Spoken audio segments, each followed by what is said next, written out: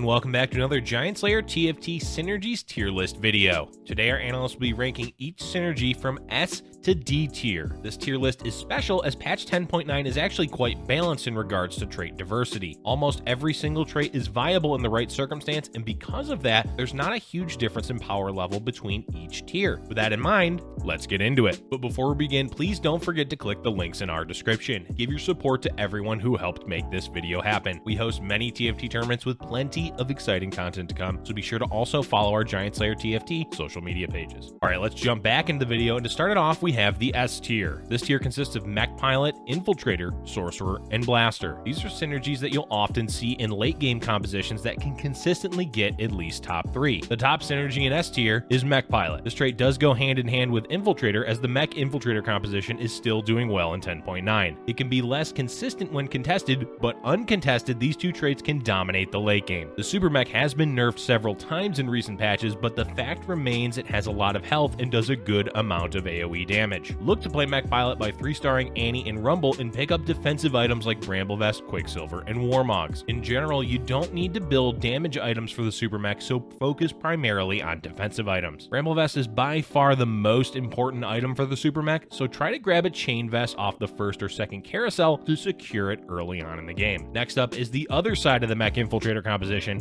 Infiltrator. With 2 Infiltrator being buffed, this trait has never been more flexible than it is currently in 10.9. But that flexibility is overshadowed by how necessary it is for Mech-Infiltrator. A big reason for that is due to Kai'Sa being the most important champion within that composition. The other Infiltrators are also useful as well and played in other compositions, but Kai'Sa is definitely the best. Kai'Sa is going to hard carry when given the proper items. In particular, she needs a Demolitionist charge, as that enables her to pop off in fights by stunning multiple champions. Rellenomicon is also a must-have on her, as it applies the healing reduction and burn effect to multiple champions every single time she casts. Lastly, with the 2 Infiltrator changes, it's never been better to turn a champion into an Infiltrator. Let's move on to one of the most versatile synergies, Sorcerer. The Sorcerer buff, even just the 2-piece trait, is extremely valuable in the meta right now. A big reason for that is the fact that every single champion scales with ability power in some way, so you're always getting value from having Sorcerers. Another reason as to why it's so versatile is the champions themselves are actually quite diverse. Annie is needed in Mech-Infiltrator, Twisted Fate is not only a strong early game champion but a core champion in Candyland, Vel'Koz is used in Void Brawler, and Xerath is the single most powerful unit for Dark Stars. Zoe and Lux both provide good CC, while Ahri and Syndra are still on the lacking side right now, but they do okay damage. All in all, the trait is just so valuable for so many compositions. And the last synergy in the S tier is Blasters. Blasters are useful in the early game, are a part of mid-game compositions, and are often in the builds that win games. This is mainly due to the champions themselves, but having the ability to hit multiple champions and apply on-hit effects is immensely useful. As mentioned, the Blaster champions are quite strong right now, with Jinx leading them as one of the most sought-after carries. His Fortune is right behind her in value, and Graves provides great utility throughout the game. Lucian is amazing early game, and Ezreal has a good secondary trait and a useful ultimate. Overall, the trait has a lot of value and valuable champions. The next tier is A tier, which consists of Brawler, Rebel, Cybernetic, Vanguard, Space Pirate,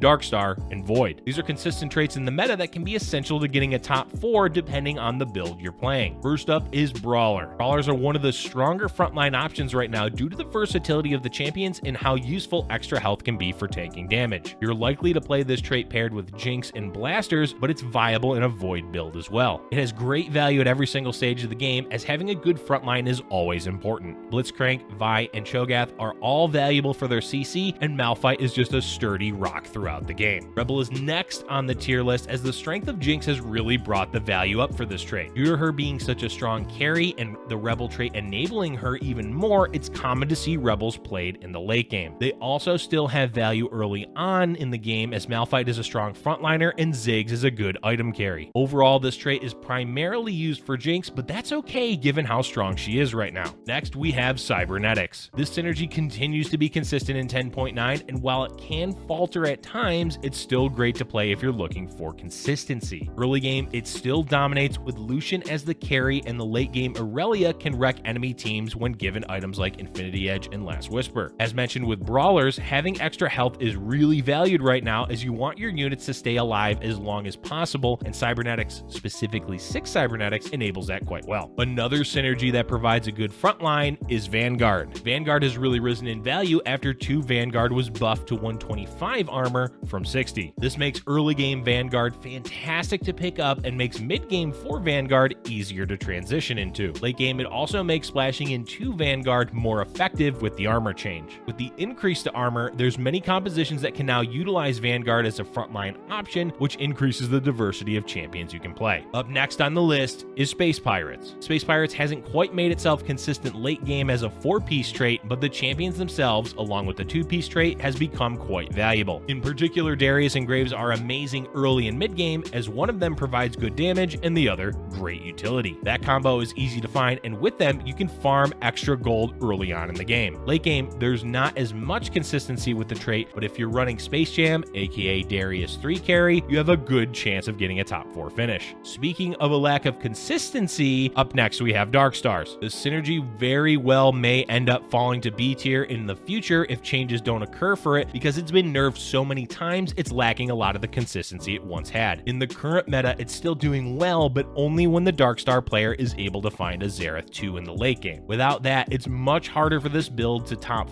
4, but given the diversity of builds right now, there's far fewer people contesting Darkstar, so it's more likely that you're actually able to find the Xerath. Due to that fact, there's still a good prospect of getting a top 4, and if you high roll the trait, you can earn a win. And lastly, in the A tier, we have Void. Void is mainly back due to the Void Brawler and builds utilizing Void being viable again in the meta. Frankly, it has a lot to do with Sona being a mana printer, where she consistently casts her ability with Chalice of Favor. That in turn causes Vel'Koz and Cho'Gath to cast much more frequently. Without her with those items, this trait isn't as strong, but due to that combination, it makes Void one of the stronger traits in the meta. Let's move into the B tier. This consists of Valkyrie, Mana Reaver, Chrono, Celestial, Blademaster, Demolitionist, and Mercenary. This trait is made up of support synergies that pair well with the stronger traits in the meta. Starting off, we have Valkyrie. Valkyrie is not only a trait for its 3 champions, the champions themselves are also doing well in the current meta. Kaisa is necessary for Mech-Infiltrator, Kale is an all-around strong carry, and Misfortune is a fantastic late-game champion. Because all 3 of the champions are strong, it increases the value of playing this trait, even though it's lacking in diversity. Next up is Mana Reaver. Mana Reaver is one of the best traits to play for several compositions in the later stages of the game. Being able to slow down a champion from casting its ability has numerous applications in several builds, so always look to play a second Mana Reaver if you're already running one. Chrono is up next, and after the changes to how the trait functions, it's never been a better splash trait. You're less likely to see 4 and 6 Chrono, but slotting in 2 Chrono champions is quite easy at any stage of the game to instantly get an attack speed buff. It's especially easy to splash this trait due to the amount of Chrono champions available, all of which are viable in the right situation. Another synergy that's common to splash in is Celestial. Much like Chrono, you're often only going to run 2 Celestial, but that's totally worth it for the healing effect. Lulu is one of the best champions to play late game, which makes splashing this trait even more worthwhile. Blademaster is a synergy with great champion diversity that's used in several builds for the current meta. While you're unlikely to run 6 Blademaster, it's always easy to slot in 3 Blademaster for your carry, which can be Kale, Aurelia, or Xayah. Demolitionist is the complete opposite to Blademaster in champion diversity, but it's still highly sought after. This is due to Demolitionist charge being one of the best items for Kaisa and Mech-Infiltrator. Outside of that situation, it still has value in Rebels with Gangplank added in, but this trait is certainly more niche than most of the others in this tier. And lastly, in the B tier, we have Mercenary. Mercenary is essential for late game Misfortune to pop off, as her upgrades are quite powerful. The same goes for Gangplank, though he's mainly only played in a Rebel build. Either way, the Mercenary upgrades are extremely strong,